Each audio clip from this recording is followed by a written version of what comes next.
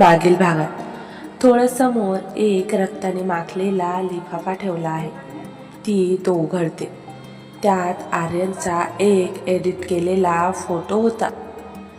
त्याच्या गळ्यावर सुरी धरली होती आणि खाली लिहिलेलं होतं, उद्या आर्यन आणि ईशाचा साखरपुडा जाहीर होणार आहे. जर तू हे थांबवलंस तर आर्यन जिवंत राहील, नाहीतर उद्याची रात्र त्याची शेवटची असेल. श्रावणी जोरात किंचाळली आणि खाली बसली. तेवढ्यात पाऊस सुरू झाला आणि आर्यन तिथे पळत आला. आता पुढे ऑफिसच्या पार्किंगमध्ये पावसाचा जोर वाढला होता. श्रावणीच्या हातातला तो रक्ताने माखलेला लिफाफा तिच्या आयुष्यातील सर्वात भयानक स्वप्न बनून समोर आला होता. आर्यनच्या फोटोवर चालवलेली ती सुरी जणू श्रावणीच्या काळजावर चालत होती. तेवढ्यात आर्यन धावत तिथे पोहोचला. त्याला लांबून श्रावणीची अवस्था दिसली होती. आर्यन धावत आला आणि त्याने श्रावणीला जमिनीवरून उचलले. तिच्या हातातला तो लिफाफा पावसाच्या पाण्यात भिजला होता, पण त्यातील मजकूर स्पष्ट होता. श्रावणी, काय झालं? तू अशी खाली का बसली आहेस? आणि हे काय आहे? आर्यनने श्रावणीला सावरत विचारले. सर प्लीज, तुम्ही इथून निघून जा. माझ्यामुळे तुमचा जीव धोक्यात आहे. त्याने तुमचा फोटो पाठवलाय. श्रावणी थकलेल्या आवाजात रडतच बोलली. आर्यनने श्रावणीच्या हातातून तो लिफाफा हिरकावून घेतला आणि बघितला तशी त्याच्या कपाळावर रागाची शीर उमटली. आदित्य, हा माणूस नीचपणाच्या सर्व सीमा पार करतो. पण तू का घाबरतेस? तुला वाटतं का मी इतका कमकुवत आहे? नाही सर, पण तो वेडा आहे. त्याने माझ्या आईवडिलांना असंच धमकावलं होतं. आणि नंतर यापुढे श्रावणी काहीच बोलू शकली नाही. आता तिचे हुंकेच थांबत नव्हते. आर्यनने तिचे दोन्ही हात आपल्या हातात घेतले. श्रावणी, माझ्याकडे बघ. आज या पावसात मी तुला वचन देतोय, जोपर्यंत मी जिवंत आहे तुला आणि मला कोणीही वेगळं करू शकत नाही. उद्या माझा साखरपुडा नाही तर तुझा आणि माझा विश्वास जिंकेल. एवढं बोलून आर्यनने श्रावणीला घट्ट मिठीत घेतले. पावसाच्या गारव्यात त्या मिठीची ऊब श्रावणीला तर एक नवीन बळ देत होती. आर्यनने तिला आपल्या गाडीत बसवली आणि गाडी हळूहळू पार्किंगच्या बाहेर काढली. मागून ईशा आपल्या कारच्या काचेतून हे सर्व बघत होती आणि तिचे डोळे रागाने जळत होते. आर्यनने श्रावणीला तिच्या घरी सोडले आणि तो आपल्या घरी पोहोचला.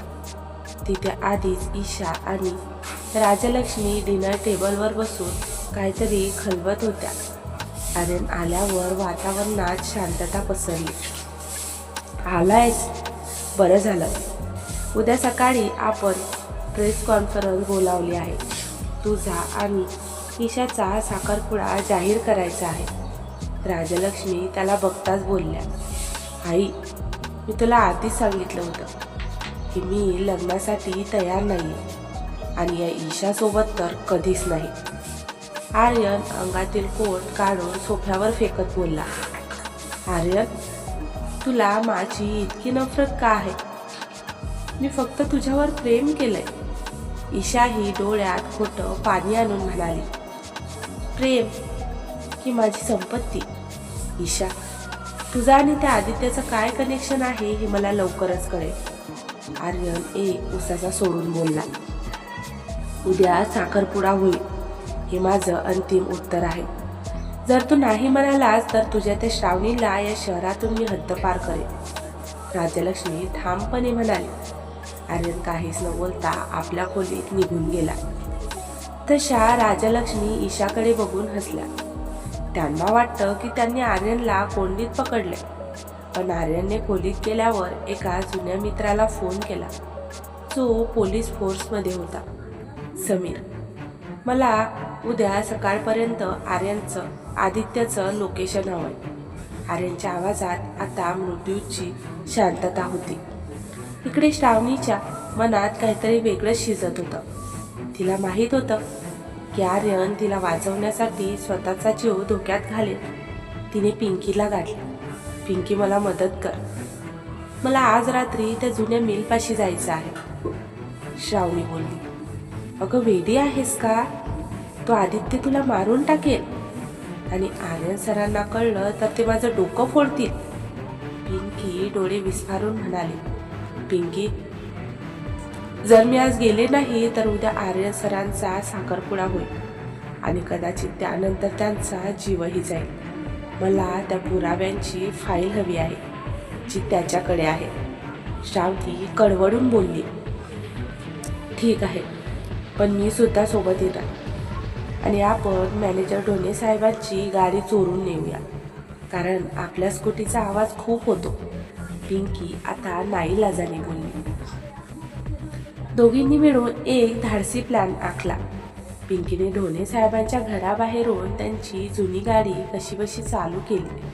श्रावणीने आपल्या पर्समध्ये एक छोटा चाकू ठेवला आणि दोघी त्या अंधाऱ्या रात्री जुन्या मिलच्या दिशेने निघाल्या, जिथे मृत्यू त्यांची वाट बघत होता.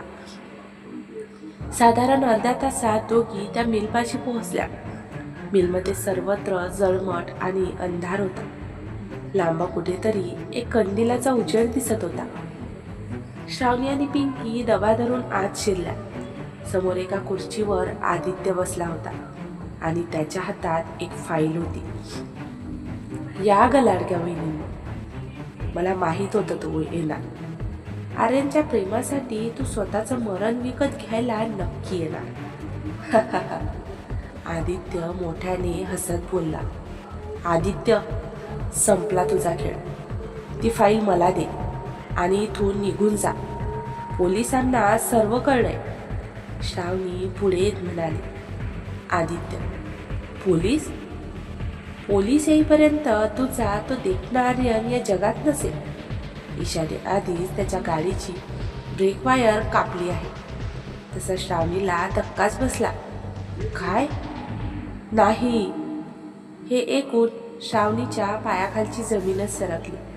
तेवढ्यात मिलचे दरवाजे जोरात उघडले आणि हे तिघी बघतात तर काय, आर्यन तिथे उभा होता.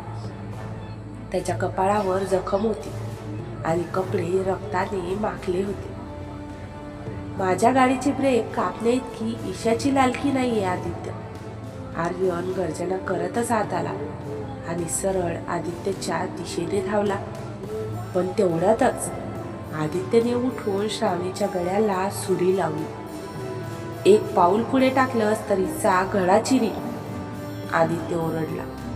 तशी आर्यनची पावलं तिथेच थांबली. तितक्यात मागून ईशा हातात पिस्तूल घेऊन तिथे पोहोचली आणि तिने पिस्तूल आर्यनवर रोखले.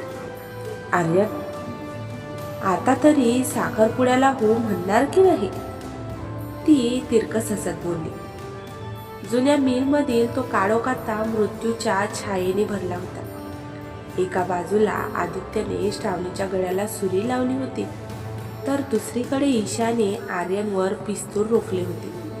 पावसाचा आवाज पत्र्यावर आदळत असताना वातावरणात फक्त श्वासांचा वेग जाणवत होता.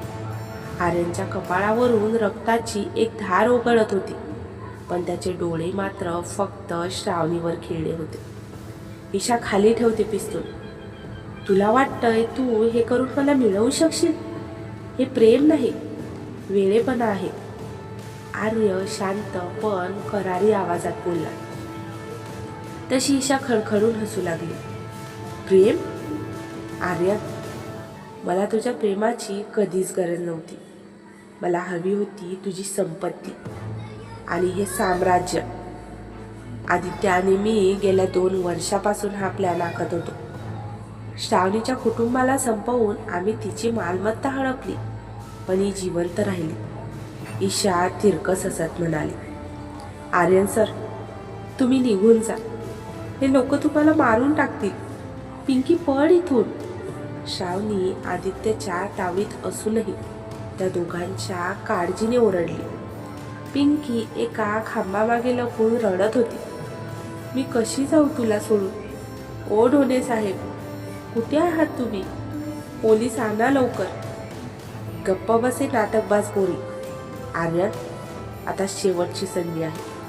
त्या फाईलवर सही कर, ज्यात तू तुझं सर्व काही ईशाच्या नावावर करतोयस. नाहीतर तुझ्या या प्रियसीचा शेवट आज माझ्या हातून होईल. आदित्य म्हणाला. आर्यन हळूहळू पुढे सरकू लागला. ईशाचे बोट ट्रिगरवर होते, तर श्रावणीच्या डोळ्यांतून घडाघडा अश्रू वाहत होते. आर्यनने आपला हात पुढे केला, जणू तो सही करायला तयार आहे. पण त्याच्या दुसऱ्या हातात एक छोटा दगड होता, जो त्याने गुपचूप खालून उचललेला होता. आर्यनने अचानक तो दगड ईशाच्या हातावर मारला, ज्यामुळे तिचे पिस्तूल खाली पडले. त्या क्षणी तो आदित्यच्या दिशेने धावला. आदित्यने श्रावणीला ढकलून दिले आणि आर्यनशी भिडला. आर्यन आदित्यला जोरात ठोसा मारत बोलला, माझ्या श्रावणीला हात लावण्याची तुझी हिंमत कशी झाली? आदित्यने पुन्हा उठून आर्यनच्या पोटावर वार करण्याचा प्रयत्न केला. आज तू जिवंत वाचणार नाहीस. इकडे ईशा पिस्तूल उचलण्यासाठी धावली, पण अचानक पिंकी खांबामागून बाहेर आली आणि तिच्या हातातली चिखलाने माखलेली पिशवी ईशाच्या तोंडावर मारली. काय ग लंडनच्या राणी, चेहऱ्याचा मेकअप खराब झाला का? घे अजून एक. पिंकीने ईशाचे केस पकडून तिला खाली पाडले. इथे श्रावणी पळत जाऊन आर्यनला सावरलं, कारण आदित्यने त्याला जोरात ढकललं होतं. आर्यन सर, सांभाळा, ती काळजीने बोलली. आर्यन आणि आदित्यमध्ये तुंबळ युद्ध सुरू होते. जुन्या मशिनरींमध्ये दोघेही एकमेकांना आदळत होते. आर्यन आता पूर्णपणे रागात होता. त्याच्या डोळ्यात श्रावणीचा झालेला अपमान, तिच्या कुटुंबाचा झालेला घात आठवत होता. त्याने आदित्यला एका खांबाला खिळवून ठेवले आणि त्याचा गळा दाबला. तेवढ्यात अचानक बाहेर सायरनचे आवाज ऐकू येऊ लागले. समीर, आर्यनचा पोलीस मित्र, आपल्या टीमसोबत आत शिरला. त्याच्यासोबत मॅनेजर ढोणे आणि सर्वात धक्कादायक म्हणजे राजलक्ष्मी देवी सुद्धा होत्या. पोलीस, हात वर करा. आदित्य, ईशा, तुम्ही चारही बाजूंनी घेरले गेले आहात, समीर म्हणाला. राजलक्ष्मी देवी, आर्यन आणि श्रावणीची अवस्था बघून सुन्न झाल्या होत्या. आर्यन, बाळा, मला माफ कर.